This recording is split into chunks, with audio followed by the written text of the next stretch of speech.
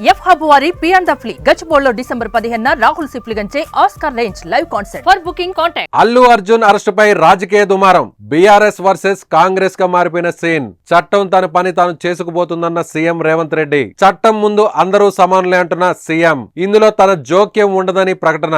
బన్నీ అరెస్టును తప్పుబట్టిన కేటీఆర్. పాలకుల అభద్రతా భావానికి పరాకాష్టాని విమర్శ. హైడ్రా కూల్చివేతలతో ఇద్దరి చావుకు బాధ్యుడైన సీఎం ఇప్పుడు రేవంత్ రెడ్డిని ఎందుకు అరెస్ట్ చేయట్లేదని ప్రశ్న. ఇప్పుడు అల్లు అర్జున్ అరెస్ట్ ఎపిసోడ్ ఇప్పుడు రాజకీయ దుమారాన్ని రేపుతుంది. ముఖ్యంగా ఇది కాంగ్రెస్ వర్సెస్ బీఆర్ఎస్ పార్టీగా మారిపోయింది. ఎందుకంటే అల్లు అర్జున్ అరెస్ట్ చేయడాన్ని ఇప్పుడు బీఆర్ఎస్ పార్టీ నాయకులు తప్పుపడుతున్నారు. నిజంగా కేటీఆర్ అదేవిధంగా హరీష్ రావు ఇద్దరు కూడా ట్వీట్ చేయడం జరిగింది. ముఖ్యంగా అసలు ఆయనకు సంబంధం లేనటువంటి వ్యవహారంలో ఒక క్రిమినల్ లాగా పోలీసులు అల్లు అర్జున్ను అరెస్ట్ చేశారు. ముఖ్యంగా జాతీయ స్థాయిలో ఉత్తమ నటుడు అవార్డును అందుకున్నటువంటి అల్లు అర్జున్ను ఇంత అవమానకరంగా అరెస్ట్ చేసి పోలీస్ స్టేషన్కు తీసుకువెళ్తారంటూ కూడా వారు ప్రశ్నిస్తున్నారు. కేటీఆర్ చేసినటువంటి ట్వీట్ ఇప్పుడు వైరల్గా మారింది. డైరెక్ట్గా సీఎం రేవంత్ రెడ్డిని టార్గెట్ చేస్తున్నారు.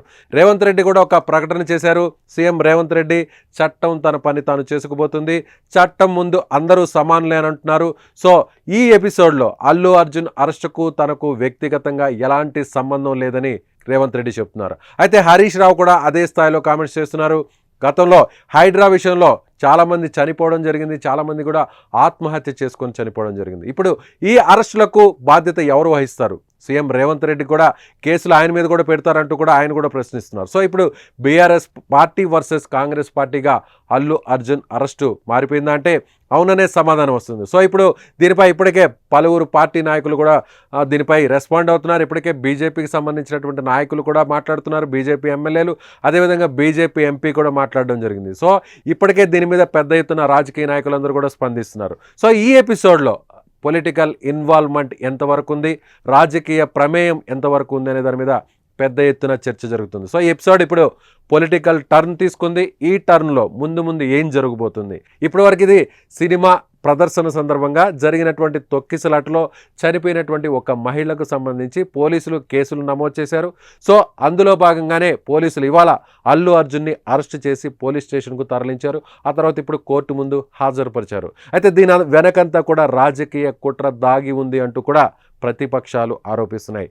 దీని ఇప్పుడు కాంగ్రెస్ పార్టీ, అధికారంలో ఉన్నటువంటి పార్టీ ఏ విధంగా డిఫెండ్ చేస్తుంది, దీనికి ఎలాంటి సమాధానం ఇస్తుందో కూడా వేచి చూడాల్సినటువంటి పరిస్థితి. సో మొత్తం మీద అల్లు అర్జున్ ఎపిసోడ్ ఇప్పుడు తెలంగాణ రాజకీయాల్లో, ముఖ్యంగా తెలుగు రాష్ట్రాల్లో ఇదొక సంచలనంగా మారిందని చెప్పాలి.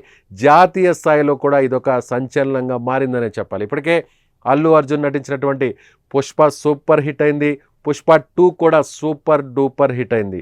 ఇప్పుడు పుష్ప 3 మీద చర్చ జరుగుతుంది. పుష్ప 3 ఎప్పుడు సినిమా రిలీజ్ అవుతుంది, ఈ సినిమా రావడానికి దాదాపుగా 2-3 సంవత్సరాలు పడుతుందనేటువంటి అంచనా వేస్తున్నటువంటి నేపథ్యంలోనే పుష్ప 2 రిలీజ్ అయిన కేవలం వారం 10 రోజుల్లోనే అంతకు మించి అంటే సినిమాలో ఉండేటువంటి సన్నివేశాలు, సినిమాలో ఉన్నటువంటి ట్విస్టులను తలదన్నేలా ఈరోజు అల్లు అర్జున్ అరెస్టు జరుగుతున్నటువంటి ఎపిసోడ్ని చెప్పవచ్చు. సో ఇప్పుడు పొలిటికల్ ఇన్వాల్వ్మెంట్ ఉంది అనేటువంటి ఆరోపణలు చేస్తుంది బీఆర్ఎస్ పార్టీ. దీన్ని కాంగ్రెస్ పార్టీ ఏ విధంగా కౌంటర్ చేస్తుందో చూడాలి. సో మొత్తం మీద అల్లు అర్జున్ ఎపిసోడ్ ఇప్పుడు ఎలా మారబోతుంది, అల్లు అర్జున్కి సంబంధించినటువంటి అరెస్టు తర్వాత ఎలాంటి పరిణామాలు ఉంటాయి, ఒకవేళ నిజంగా అల్లు అర్జున్ జైలుకు వెళితే, రిమాండ్కు వెళితే తర్వాత పరిణామాలు ఎలా ఉండబోతాయి అనేది కూడా వేచి చూడాల్సినటువంటి పరిస్థితి. సో ఈ వీడియో మీద మీ కామెంట్ని కామెంట్ బాక్స్లో తెలియచేయండి.